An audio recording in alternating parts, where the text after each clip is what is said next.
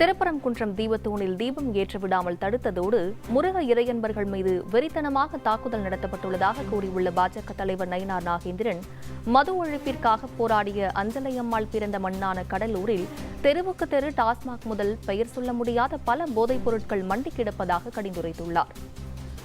திருப்பரங்குன்றத்தில் காவல்துறைக்கும் இந்து அமைப்புகளுக்கும் தள்ளுமுள்ளு. அங்க கொடி அந்த கம்பம் இருக்கிறது, மிக நீளமான கம்பம். அதில் இன்னைக்கு இந்து முன்னணிக்கும் காவல்துறைக்கும் தள்ளுமுள்ளு. ஒரு பெரும்பான்மை சமுதாயத்திற்கு எந்த விதமான இன்றைக்கு அவர்களுக்கு உதவி கூட செய்ய முடியாத ஒரு சூழ்நிலை.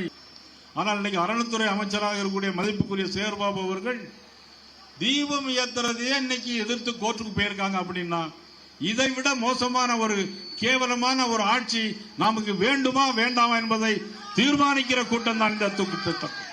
இந்த மாவட்டத்தில் பிறந்த அஞ்சலையம்மாள் அவர்கள் தன்னுடைய கை குழந்தையோடு போராடினார்.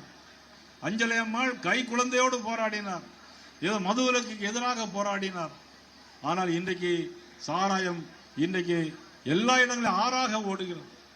எல்லா இடத்திலும் டாஸ்மாக் கடைகள். டாஸ்மாக் கடைகளை குறைப்போம் என்று தேர்தல் அறிக்கையிலே சொன்னார்கள்.